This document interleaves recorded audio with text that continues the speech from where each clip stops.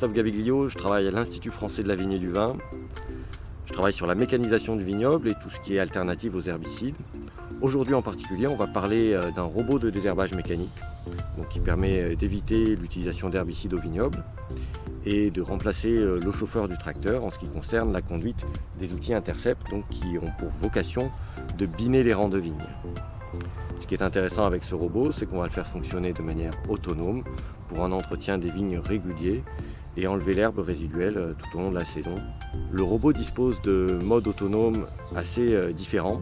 Il y a un mode autonome supervisé dans lequel je vais conserver la télécommande avec moi et dans lequel on va pouvoir définir une vitesse de travail assez importante avec le robot, jusqu'à 4,5-5 km/h.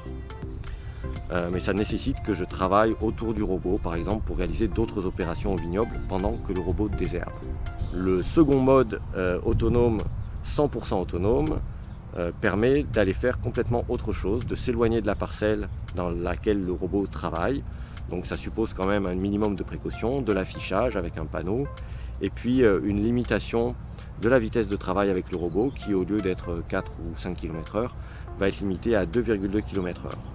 Pour son fonctionnement 100% autonome, le robot dispose de portiques de sécurité à l'avant qui sont complémentaires des bumpers qui réagissent et qui arrêtent le robot en cas de contact.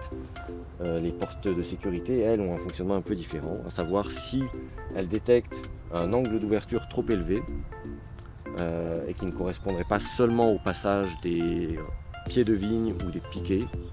À ce moment-là, on détecte une anomalie et la possibilité pour un opérateur de se retrouver à l'intérieur du robot et donc on arrête immédiatement le robot.